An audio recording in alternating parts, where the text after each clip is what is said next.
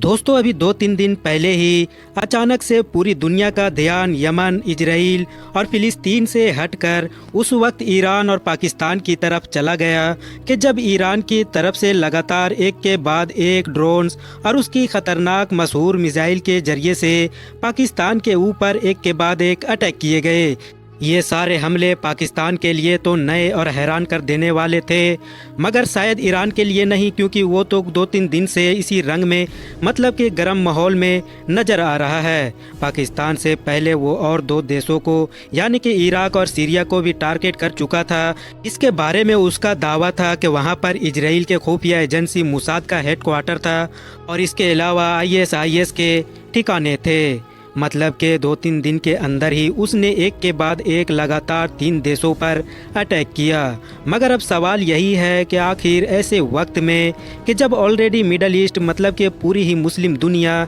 एक ख़तरनाक जंग का सामना कर रही है, वो भी इजराइल और अमेरिका जैसी बड़ी ताकतों के ख़िलाफ़, तो ऐसे ही वक्त में ईरान की तरफ से एक मुस्लिम ही देश यानी कि पाकिस्तान के ऊपर अटैक क्यों किया गया। तो दोस्तों सबसे पहले तो आप लोग ये बात जानते चलिए कि जिस वक्त या फिर ये कहिए कि जिस दिन ईरान इस बड़े अटैक की तैयारी कर रहा था या तैयारी कर चुका था, उसी दिन पाकिस्तान के जो मौजूदा KIT कर प्रधानमंत्री है यानी कि अनवर उल हक, वो स्विट्ज़रलैंड के अंदर ईरान के फॉरेन मिनिस्टर मतलब कि विदेश मंत्री से मुलाकात कर रहे थे और खूब हंसते हुए हाथ वगैरह मिला रहे थे। इतना ही नहीं, 16 जनवरी के दिन ईरान और पाकिस्तान के नेवी ने एक साथ मिलकर सैन्य अभियान भी किया था और ईरान की तरफ से पाकिस्तान के ऊपर कोई एक बार नहीं बल्कि 2 बार अटैक किया गया था। जहां तक मामला है किस पर किया गया था, तो दरअसल ये बलूचिस्तान में रहने वाला एक ग्रुप है कि जिसको जैसुल अदल के नाम से जाना जाता है।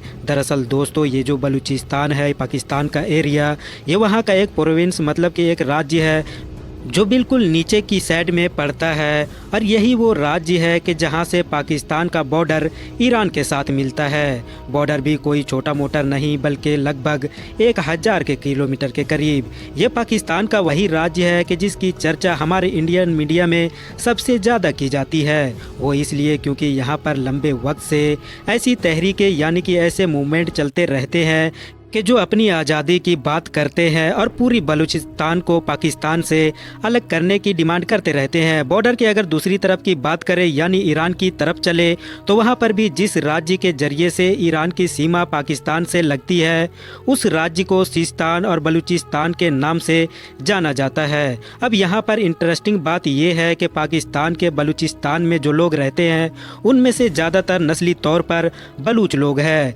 बिल्कुल इसी तरह से ईरान की साइड में भी सिस्तान और बलूचिस्तान का नाम ये जो राज्य है, यहाँ पर भी ज़्यादातर लोग बलूच ही रहते हैं और जाहिर है बलूच ही लोगों की वो तहरीक है, वो मूवमेंट है कि जो आज़ादी की बात करते रहती है। तो जिस तरह से पाकिस्तान में इस तरह के बहुत सारे ग्रुप है और इस तरह के बहुत सारी तरीके चलती रहती है जो आज़ादी की बात करती है पाकिस्तान से, बिल्कुल ऐसे ही ईरान में भी हमको कुछ ग्रुप नज़र आते हैं और कुछ ऐसे मूवमेंट भी नज़र आते हैं। ऐसा ही एक ग्रुप है जिसका नाम है जैसुल अदल और जिसका ठिकाना है पाकिस्तान का बलूचिस्तान का एरिया। पिछले एक लंबे वक्त से इसने ईरान के नाक में दम कर रखा था, क्योंकि ईरान में एक किडनैपिंग, इसके अलावा बमबारी या फिर गोलीबारी वगैरह इस तरह के बहुत सारे हमलों में और इस तरह की बहुत सारी गलत एक्टिविटीज़ में ये ग्रुप शामिल रहा है। अभी आखिरी बार दिसंबर के महीने में भी ईरान से एक पुलिस चौकी पर हमले वगैरह की खबर आई थी, जिसमें लगभग 10 से 11 ईरानी पुलिस वालों की मौत हो गई थी। हर बार ही ईरान की तरफ से पाकिस्तान को वार्निंग दी जाती है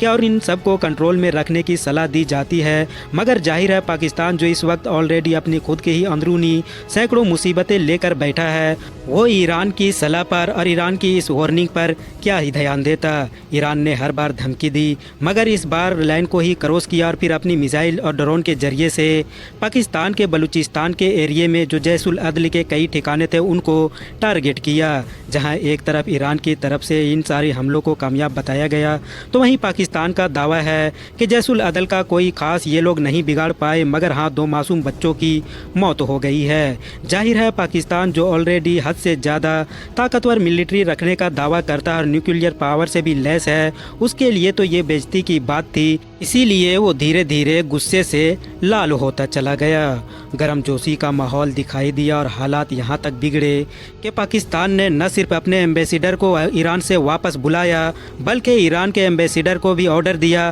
कि फ़ौरन अपना सामान पैक करो, ईरान को वापस चले जाओ। जाहिर है पाकिस्तान का कहना है कि तुम ऐसे हमारे देश के अंदर, हमारे बॉर्डर के अंदर बिला इजाज़त कैसे अटैक कर सकते हो। वहीं ईरान का कहना है कि हम पाकिस्तानी बॉर्डर या फिर उसके साथ ही कवालीन की कद्र करते हैं। हमारा हमला उसके सिटीजन यानी कि शहरियों पर नहीं था, बल्कि आतंकवादी ठिकानों पर था। इस पूरे मामले में जहां एक तरफ चाइना ने दोनों ही ताकतों को सब्र से काम लेने के लिए कहा है, तो वहीं इंडिया की तरफ से ईरान को खुला सपोर्ट किया गया है। दूसरी तरफ सऊदी अरबिया और अमेरिका जैसे देशों ने पाकिस्तान को खुला सपोर्ट किया है। फिलहाल दोस्तों, आज की वीडियो को हम यहीं पर ख़त्म करते हैं। वीडियो अगर इन्फॉर्मेटिव लगी हो तो वीडियो को लाइक करने के साथ साथ अपने दोस्तों के साथ भी ज़रूर शेयर करें और इसी तरह के नॉलेजेबल और अपडेटेड वीडियोज़ हमेशा देखने के लिए हमारे इस चैनल को सब्सक्राइब करने के साथ साथ बेल आइकन को भी ज़रूर प्रेस करें।